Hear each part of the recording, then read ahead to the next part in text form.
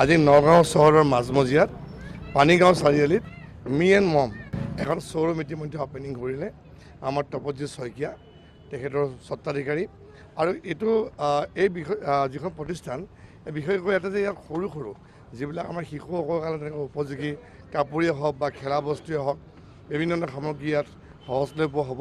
মই আশা কৰোঁ যে এইখন মি এণ্ড মমখন খুব চলে।